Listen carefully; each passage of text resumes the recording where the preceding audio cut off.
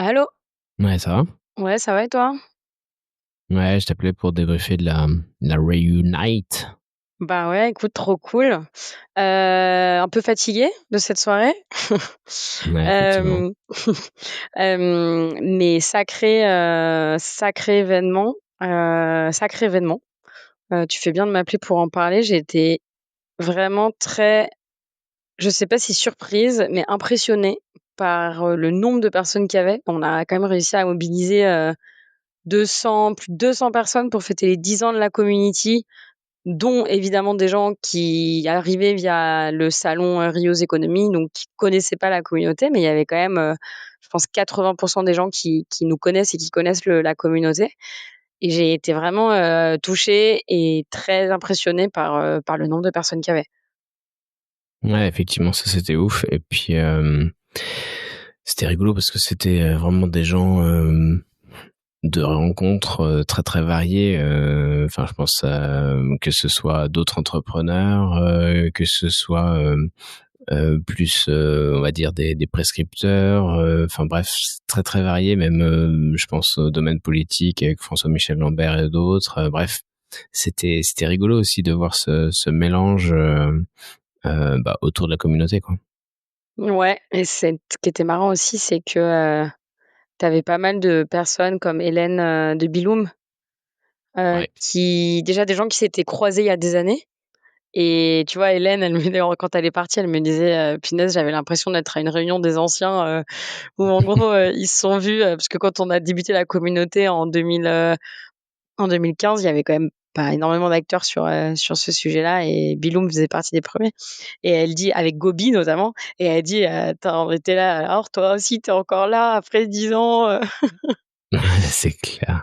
Du coup, Ouais, c'est c'était. marrant parce que je me souviens, enfin, tu parles d'Hélène là, mais j'avais été les voir à Choisy dans leurs locaux et elle me disait, mais tu sais, mon propriétaire il m'a dit que c'est moi qui partirais et tout, et en fait il a raison. Maintenant c'est moi qui partirais, dans le sens où c'est pas moi qui mettrai la clé sous la porte, je vais continuer et tout. Et 10 ans après c'est encore le cas, tu vois. Enfin, c'est marrant de voir que il y a des structures qui tiennent la route et qui sont toujours connectées, alors plus ou moins proches, enfin plus ou moins régulièrement, parce qu'on fait pas toujours des événements comme ça, et puis il y a pas forcément que nous, évidemment, qui organisons des événements comme ça, mais Ouais. je trouve ça cool effectivement de se remémorer tout le chemin, quoi. Ouais, le seul truc, c'est qu'il y a beaucoup de gens qui ont compris que c'était, enfin, qui ont compris que c'était les 10 ans de Circulab. Du coup, je pense que quand on voudra fêter nos 15 ans, ils seront là, attendez, je comprends pas, parce que il y a 3 ans, c'était vos 10 ans. Et là, c'est vos 15 ans. Il y a un truc qui va pas. Ouais, effectivement, à chaque fois je disais oui, alors on n'a rien fait pour les 10 ans de Circulab, mais ça c'est un peu, c'est un peu les 13 ans de Circulab et les 10 ans de la Ouais, Circulab c'est ça. Community. Mais bon, peu importe. Ce qui était cool aussi, c'était de pouvoir le faire au Social Bar, Ouais. parce que Renaud, qui fait partie des cofondateurs, il m'a aussi, quand il était animateur de Moves Île-de-France, c'est lui qui m'a mis en contact avec Didier Toquet et d'autres entreprises, et donc qui a initié quelques clients pour nous, Ah ouais, je savais et pas. qui par la suite, par exemple Didier Toquet, c'était grâce à lui. C'est lui qui a dit à un événement, un speed meeting, il t'a dit attends, tiens, voilà, je t'avais gardé cette place, et je me suis retrouvé première fois de ma vie nez à nez avec Didier, quoi. Ah, génial. Et donc c'était grâce à lui. Et puis quand il est parti du Moves et qu'il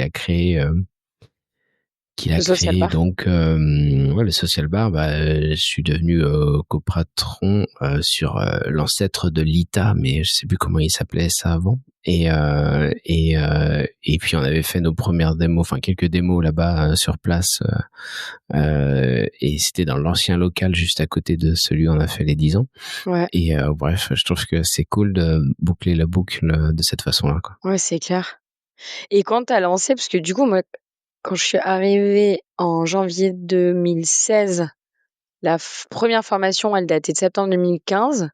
Donc Ouais, ça faisait, tu vois, un peu moins d'un an. Et 4 mois, quoi. ouais, c'est ça. Et la formation suivante, elle était en février. Je me rappelle, il y Ah avait non, il y Valérie. en a eu une autre Non? en novembre. Il Ah y en a oui, une autre en novembre avec Michel. Avec Yvan. Michel. Non, Yvan, il était à Ah, la c'était la première. première. Et puis 2 autres personnes, Ok. que j'ai encore les... Il y avait Marion, Ah oui, ouais. et puis une personne qui est partie 1 an après. Mais il y avait Ok. 3 personnes en novembre également. Et tu vois, et moi, février, il y avait Valérie et je me rappelle plus qui d'autre de sa promo. Mais ma question, c'est quand tu reviens, c'est-à-dire 10 ans en arrière, notamment à la première formation de septembre, genre c'était quoi un peu votre ambition? Parce que j'imagine que tu te projetais pas 10 ans plus tard à rassembler 230 personnes qui viennent célébrer les 10 ans de ce réseau-là.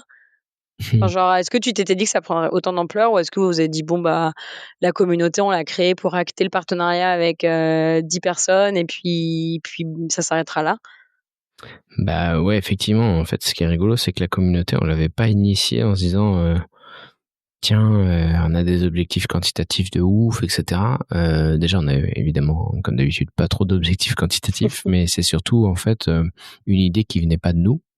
Elle est venue de 2 biais différents. Bah, déjà, les participants aux premières démos publiques qu'on avait fait en janvier 2015.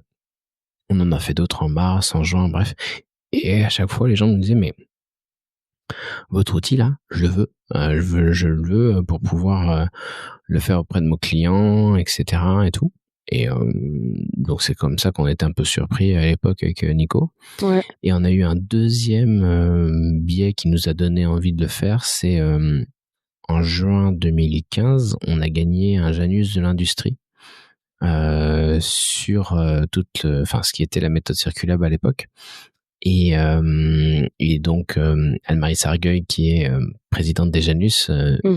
nous avait invité à faire un réseau sur cette méthode, etc., etc. Et donc c'est comme ça que, en même temps que la rédaction du livre, on s'était lancé dans la création de cette communauté. Et bien aidé aussi par notre avocate de l'époque, Michel Jean-Baptiste, sur notamment tous les contrats de licence, etc. Enfin, on savait pas trop dans quoi on s'embarquait, mais on savait que il y avait une demande. Donc ça, c'était le constat, on va dire. Et Ouais. ensuite, sur les ambitions, bah, en fait, on se rendait pas compte, mais il y avait beaucoup de gens qui nous rejoignaient. Enfin, tu vois, Vincent, qui était peut-être la première personne à l'étranger, bon, en Belgique, donc un peu des cousins, mais mais après, rapidement, t'as eu Michel en Norvège, t'as eu les Luxembourgeois qui sont arrivés, etc., etc. Et en fait, il y a eu aussi les Espagnols à Barcelone en février 2016. Enfin, ça s'est internationalisé beaucoup plus vite que ce qu'on pouvait imaginer. Ouais. Et ça, c'était assez... Enfin, ça nous a complètement dépassé, surtout que c'était des gens, on savait même pas comment ils avaient pris connaissance Une de notre circulaire. travail parfois. Ouais. Ouais. Donc non, non, c'était fun. Et surtout qu'à l'époque, en plus, tu avais vraiment Wita d'un côté et Circulab avec la méthodologie de l'autre. Ouais, alors Donc ça, c'est encore un vrai sujet, dans le sens où à l'époque, ouais, on voyait vraiment Wita comme le studio de projet tel qu'on le connaît aujourd'hui. Et puis la méthode Circulab d'un autre côté, mais on parlait plus du Circulab Network, qui était vraiment un réseau, mais finalement on distinguait les deux, alors que dans les faits, c'était pas forcément très pratique. On s'en est rendu compte ensemble plus tard, mais en fait, ce qui était intéressant, c'est que ça nous a permis vraiment d'avoir une marque assez forte à l'international, enfin en tout cas dans le milieu de l'économie circulaire, j'entends. ouais. Et de faire perdurer Wita, mais effectivement, en fait, on était complètement, enfin, on était des grands spécialistes aussi pour créer des nouvelles marques, parce qu'en 2014, on a aussi créé les Et puis Biomimicards. Mimicard. Il y avait aussi le livre qu'on a transformé en marque, Activer l'économie circulaire, qui est devenu aussi le titre de notre podcast en 2018, avant qu'on le modifie, bref. Donc c'était un peu, je pense que le fait qu'on ait multiplié les marques, c'était aussi qu'on avait peut-être une absence de penser en grand. Ouais. Ah ouais. Bien sûr, il y avait des liens entre les projets, mais on n'arrivait pas forcément à bien les faire. Peut-être qu'on n'avait pas assez de recul, je pense. Ouais, ouais, je vois ce que tu veux dire. Hyper intéressant. Et les autres modèles qui s'étaient, enfin, tu vois, il y a, je sais pas, les modèles de la coopérative ou vous ont enfin, pourquoi ce modèle-là et pas un autre, tu vois, sachant que c'est une espèce d'hybride, c'est pas une franchise, c'est pas une coopérative, c'est pas une asso, c'est un mélange de tout ça avec quand même un contrat de licence. Donc, et est-ce qu'il y a pas d'autres modèles qui étaient tout aussi intéressants ou plus intéressants? Enfin, qu'est-ce qui Ouais, effectivement, c'est une bonne question aussi, mais on n'a pas, en fait, on est plus reparti d'un modèle de franchise qu'on a reformulé à notre sauce, Ouais. c'est-à-dire le plus coopératif possible entre les membres, et cetera. Heu, En fait, déjà avec Nico en 2012, on s'était un peu pris la tête sur c'est quoi le statut qu'on doit prendre. Est-ce que c'est une COP? Est-ce que c'est une SARL, une SAS, etc. Et à l'époque, faire des skis, des scopes, de ce que tu veux, c'était quand même pas si simple. Il y avait peu de recul. Mmh. Et donc on avait fait au plus simple parce qu'en plus, tu le sais bien, je suis pas un grand admirateur des tâches administratives. Mmh. Euh, et donc on s'était dit surtout pas recréer une autre entreprise pour cette activité-là, surtout que comme tu l'as vu tout à l'heure, Ah on oui. n'avait pas forcément imaginé que on fasse les 10 ans plus tard, quoi. Ouais, ouais, ouais. OK. Ah, hyper intéressant. Et qu'est-ce que je voulais dire? Et sur les 10 ans, enfin, qu'est-ce que toi ça représente? Enfin, en fait, on a fêté les 10 ans de cette communauté et là, on a vu, c'est qu'on rassemble, enfin, tu vois, les personnes qui sont venues à la Reunite venaient surtout pour fêter 10 ans de progrès dans l'économie circulaire aussi, parce que c'est un peu comme ça qu'on l'a tournée. Mm, mm. Et toi, tu penses que sur ces 10 ans, si on devait faire un peu rétrospectivement, ça a été quoi un peu les succès? Enfin, tu vois, si on se disait entre nous les choses à célébrer, hormis le fait que 10 ans plus tard, la communauté soit encore là et qu'elle rassemble des gens de terrain et des catalyseurs, de l'économie circulaire. C'est quoi un peu les choses que tu as vues, toi, qui as vraiment depuis le tout début jusqu'à aujourd'hui, un peu dont on peut être fier de cette communauté, si je puis dire? Bah, moi, ce qui me plaît pas mal, c'est toujours cette notion open source. Et je trouve que sans la communauté, on n'aurait pas pu le porter comme on l'a fait. On aurait pu toujours faire mieux, hein, évidemment. Mais tu vois, à l'époque, quand on a créé la communauté, il y avait le Circular Canvas et puis le tout début du Partner Map. Ouais. Et, finalement, le fait de l'avoir rapidement mis à disposition d'autres qui étaient formés avec une dimension assez qualitative poussée, parce que aussi à l'époque, il y avait Make Sense, qui existe toujours évidemment, hein, mais qui avait une dimension démocratisation de l'animation d'ateliers de groupe qui était Mmh. très forte. Ouais. Mais en fait, c'était très lié à la qualité de l'animation, enfin des animateurs animatrices. Et souvent, c'était soit très très bien, soit plus discutable. Mmh. Et donc nous, on a toujours insisté sur cette notion de qualité et le fait d'avoir créé la Circulab Community, je pense, nous a tout de suite permis d'être plus exigeants sur la qualité, sur comment on se formait, etc. Et surtout comment les gens déployaient la méthode. Ouais. Et ça, je trouve que c'est un accomplissement intéressant. Et puis, bah, évidemment, on a créé, grâce à tous ces retours et nos retours d'expérience, d'autres outils comme le Value Chain, comme le Business Resilience Game, etc. Et ça, je trouve que c'est un accomplissement cool. C'est-à-dire, c'est pas tant la méthode en soi qui est intéressante, c'est surtout le fait que l'open source, tout ce qui est Creative Commons, nous ait permis de gagner en notoriété et puis de gagner en qualité. Ouais. Parce qu'on a eu beaucoup plus d'utilisation que si on l'avait fait que nous tout seuls, tu vois.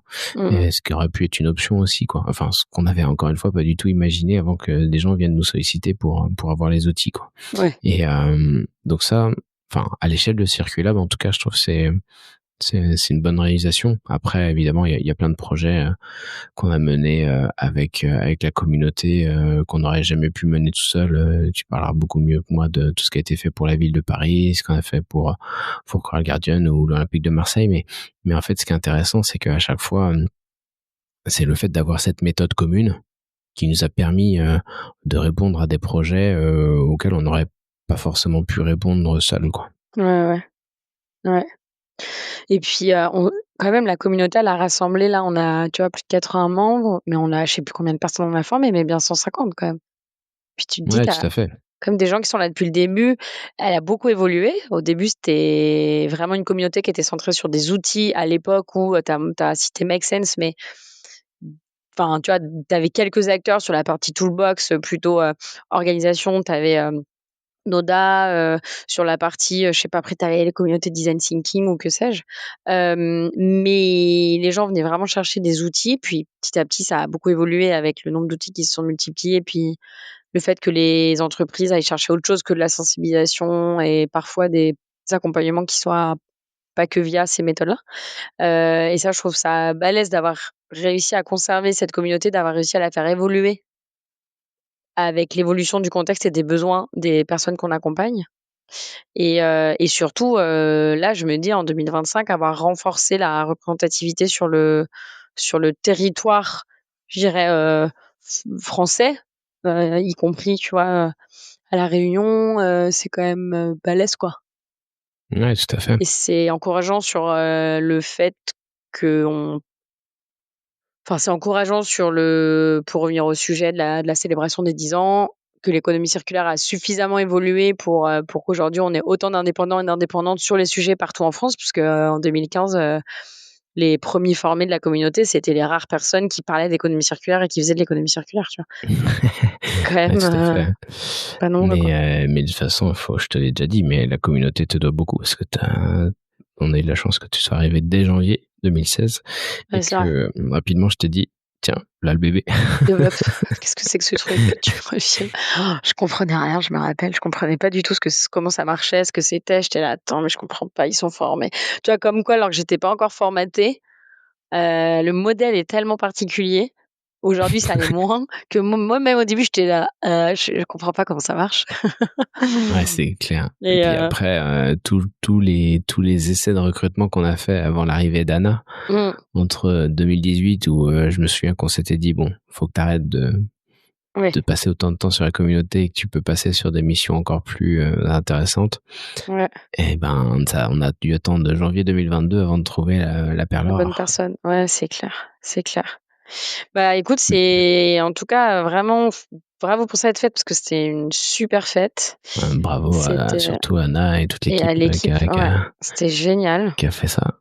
et je suis impatiente de pouvoir, étendre, la communauté et partager ces expertises un peu au-delà, c'est-à-dire plutôt de la développer, en interne, ce qu'on a fait jusqu'à maintenant, c'est-à-dire Ouais. fédérer les membres entre eux, augmenter la qualité tu vois, du recrutement, de la formation et cetera. C'est pouvoir, mettre à disposition de l'extérieur ces expertises, quoi. Ouais, carrément. Bah ça, c'est effectivement la prochaine grande étape de la community et je suis content qu'on y bosse déjà depuis quelques mois et que on va pouvoir proposer quelque chose de très concret et très sérieux à la rentrée. Ouais, impatiente. Bah, on fêtera les 20 ans. Bon, on a plein de trucs à fêter parce que bientôt il y aura les 10 ans de Justine Laurent chez Circula. Ouais. Ouais, compte sur moi pour faire une grosse soirée. Bon, Ok, ciao. une grosse bise. Bye bye.